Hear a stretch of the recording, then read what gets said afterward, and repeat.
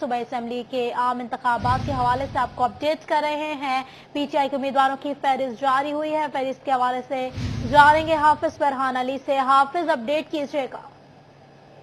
بالکل، گوجرا کے دو پی پی جو ہیں پی پی 118 اور 119 کے لیے پی ٹی آئی کے ٹکٹ جو ہے وہ جاری کر دیے گئے ہیں۔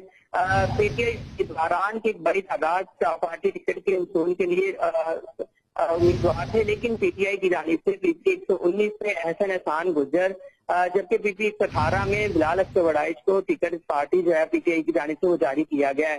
بلال اکبر وڑائچ وہی امیدوار ہیں جنہوں نے پنجاب اسمبلی میں گولڈن ووٹ کے ذریعے پی ٹی آئی کو کامیاب کروایا تھا، جبکہ احسن احسان گجر جو ہے وہ پہلی بار اس مرتبہ جو ہے وہ پی ٹی آئی کی جانب سے الیکشن لڑنے جا رہے ہیں۔ گوجرا میں ایک بڑی تعداد پی ٹی آئی امیدواروں کی تھی، جبکہ کافی اب جو ٹکٹ ملنے کے بعد صورتحال پیدا ہو چکی ہے۔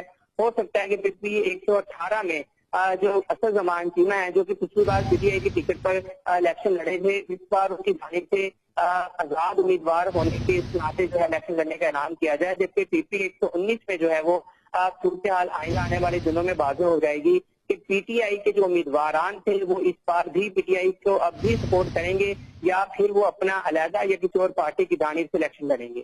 جی